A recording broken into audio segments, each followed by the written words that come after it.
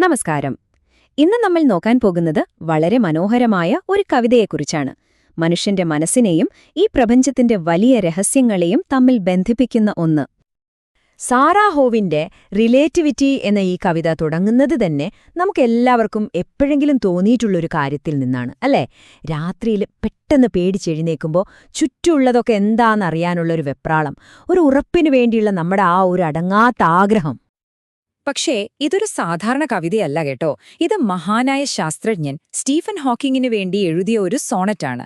ഇതിന്റെ ഒരു പ്രത്യേകത എന്താണെന്ന് വെച്ചാല് നമ്മുടെ ഉള്ളിലുള്ള പേടിയും പ്രതീക്ഷകളുമൊക്കെ പറയാൻ ഈ കവിത ശാസ്ത്രത്തെയാണ് കൂട്ടുപിടിക്കുന്നത്.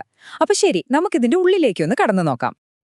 അപ്പോ ആ ഇരുട്ടുള്ള ബെഡ്റൂമിൽ നിന്ന് കവിത നമ്മളെ നേരെ കൊണ്ടുപോകുന്നത് ഒരു ഫിസിക്സ് ലാബിലേക്കാണ്. അവിടെ എത്തുമ്പോഴാണ് ഒരു ട്വിസ്റ്റ്. നമുക്കെല്ലാം വ്യക്തമായി കാണിച്ചു തരുന്ന പ്രകാശം അതുതന്നെ വലിയൊരു കൺഫ്യൂഷന്റെ കാരണമായി മാറുന്നു. ഇവിടെ കവി ഓർമ്മിപ്പിക്കുന്നത് ഫിസിക്സിലെ വളരെ ഫേമസായ ഡബിൾ സ്ലിറ്റ് എക്സ്പെരിമെന്റിനെക്കുറിച്ചാണ്. അതായത് പ്രകാശത്തിന്റെ കണികകളായ ഫോട്ടോണുകളെ രണ്ട് ചെറിയ തുളകളിലൂടെ കടത്തിവിടുമ്പോൾ എന്ത് സംഭവിക്കുന്നു എന്ന് നോക്കുന്ന ഒരു പരീക്ഷണം. അപ്പോ എന്താണിതിലെ രസം എന്നറിയാമോ? ഇതാണ് ക്വാണ്ടം ഫിസിക്സിലെ ആ വലിയൊരു വിരോധാഭാസം.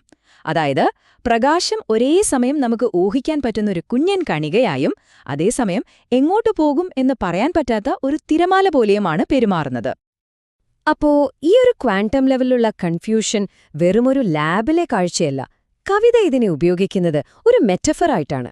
നമ്മൾ സത്യമെന്ന് വിശ്വസിക്കുന്ന പല കാര്യങ്ങളും, നമ്മുടെ ബേസിക് ധാരണകൾ പോലും ഒറ്റ നിമിഷം കൊണ്ട് എങ്ങനെയാണ് ഇല്ലാതായി പോകുന്നതെന്ന് കാണിക്കാൻ. ശരി, ഇനി നമുക്ക് ഈ ചെറിയ കണികകളുടെ ലോകത്തുനിന്ന് പ്രപഞ്ചത്തിന്റെ ആ വലിയൊരു ക്യാൻവാസിലേക്ക് പോകാം. അവിടെ എത്തുമ്പോൾ കാര്യങ്ങൾ ഇതിലും കോംപ്ലിക്കേറ്റഡ് ആവുകയാണ്. സമയവും സ്ഥലവും പോലും നമുക്ക് പിടികിട്ടാത്ത രീതിയിൽ മാറുന്നു. നമ്മുടെ പ്രപഞ്ചം ഇങ്ങനെ വികസിച്ചുകൊണ്ടിരിക്കുകയാണല്ലേ? അതിനെ കവിത ഉപമിക്കുന്നത് രാത്രിയിൽ ദൂരേക്ക് മാഞ്ഞുപോകുന്ന ഒരു സൈറൻ ശബ്ദത്തോടാണ്. എന്നിട്ടൊരു ചോദ്യം ചോദിക്കുന്നു: ഇങ്ങനെയെല്ലാം നമ്മളിൽ നിന്ന് അകന്നുപോയിക്കൊണ്ടിരിക്കുന്ന ഒരു പ്രപഞ്ചത്തിൽ എന്തിനാണൊരു ഉറപ്പ്? ഇതിനൊരുത്തരം കണ്ടെത്താൻ കവിത ഐൻസ്റ്റീന്റെ റിലേറ്റിവിറ്റി തിയറിയിലേക്കാണ് പോകുന്നത്.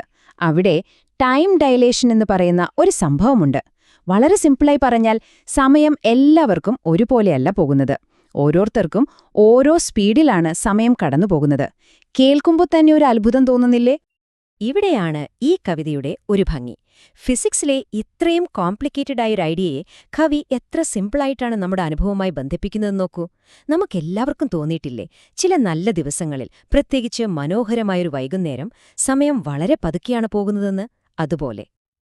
ഓക്കെ, ഇനി നമ്മൾ പോകുന്നത് മനുഷ്യന് അറിയാവുന്ന കാര്യങ്ങളുടെ അതിരിലേക്കാണ്. പ്രപഞ്ചത്തിന്റെ അടിസ്ഥാന നിയമങ്ങൾക്കൊന്നും ഒരു വിലയുമില്ലാതാവുന്ന ഒരിടത്തേക്ക്. കവിത ഇവിടെ ബ്ലാക്ക് ഹോളുകളെക്കുറിച്ചാണ് പറയുന്നത്. നമുക്കൊന്നും മനസ്സിലാക്കാൻ പറ്റാത്തൊരിടം, നമ്മുടെ എല്ലാ അറിവും എല്ലാ നിയമങ്ങളും ഒന്നുമല്ലാതായി പോകുന്നൊരിടം.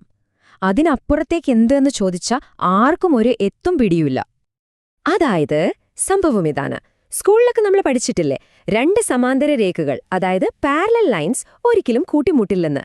എന്നാൽ ഒരു ബ്ലാക്ക് ഹോളിന്റെ അടുത്ത് അതിന്റെ ഭയങ്കരമായ ഗ്രാവിറ്റി കാരണം ഈ നിയമം തെറ്റുന്നു. അവിടെ പാരലൽ ലൈൻസ് പോലും കൂട്ടിമുട്ടും. ഒന്നാലോചിച്ചു നോക്കൂ, നക്ഷത്രങ്ങളിൽ നിന്നുള്ള പ്രകാശത്തിനു പോലും രക്ഷപ്പെടാൻ പറ്റാത്ത അത്രയും വലിയൊരു ആകർഷണശക്തി. ഈ പ്രപഞ്ചത്തിലെ ഏറ്റവും വേഗതയേറിയ പ്രകാശത്തെ പോലും അത് വളച്ച് അതിന്റെ ഉള്ളിലേക്ക് വലിച്ചെടുക്കും. അത്രയ്ക്കുണ്ട് അതിന്റെ പവർ. അപ്പോ ക്വാണ്ടം ഫിസിക്സിലെ കൺഫ്യൂഷനും പ്രപഞ്ചത്തിലെ ആ വലിയ ഇരുട്ടുമൊക്കെ കണ്ടുകഴിഞ്ഞപ്പോ കവിത നമ്മളെ തിരികെ കൊണ്ടുവരികയാണ്. പക്ഷെ പേടിപ്പിക്കാനല്ല, പുതിയൊരു പ്രതീക്ഷ നൽകിക്കൊണ്ടാണ് ഈ തിരിച്ചുവരവ്. കവിത അവസാനിക്കുന്നത് നമ്മളോട് തന്നെ ഒരു ചോദ്യം ചോദിച്ചുകൊണ്ടാണ്. ഇത്രയൊക്കെ സങ്കീർണമായ കാര്യങ്ങൾ ചിന്തിക്കാനും മനസ്സിലാക്കാനും നമ്മുടെ മനസ്സിന് കഴിയുമെങ്കിൽ പിന്നെന്താ നമുക്ക് ഈ ഇരുട്ടുമായൊന്ന് പൊരുത്തപ്പെട്ടാൽ? ഇതൊരു തോൽവിയല്ല, മറിച്ച് നമ്മുടെ മനസ്സിന്റെ കഴിവിനെയാണ് ഇത് കാണിക്കുന്നത്. അപ്പോ ഇതിൽ നിന്ന് നമുക്ക് കിട്ടുന്ന ഏറ്റവും വലിയൊരു പാഠം എന്താണെന്ന് വെച്ചാൽ ഇതാണ്: അറിയാത്ത കാര്യങ്ങളെ പേടിച്ച് കീഴടക്കാൻ നോക്കുന്നതിന് പകരം അതിനെ ഒരു കൗതുകത്തോടെയും ധൈര്യത്തോടെയും നേരിടാൻ പഠിക്കുക, അനിശ്ചിതത്വത്തിൽ ജീവിക്കാൻ പഠിക്കുക. അതാണ് കവിത നമ്മളോട് പറയുന്നത്.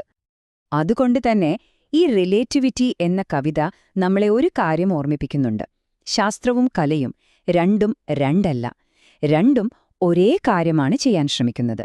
നമുക്ക് ചുറ്റുമുള്ള ഈ വലിയ അത്ഭുതം നിറഞ്ഞ പ്രപഞ്ചത്തെ എങ്ങനെയെങ്കിലും ഒന്ന് മനസ്സിലാക്കാനുള്ളൊരു ശ്രമം. അപ്പോ ഇതൊക്കെ കേട്ട് കഴിയുമ്പോൾ ഒരു ചോദ്യം ബാക്കിയാണ്.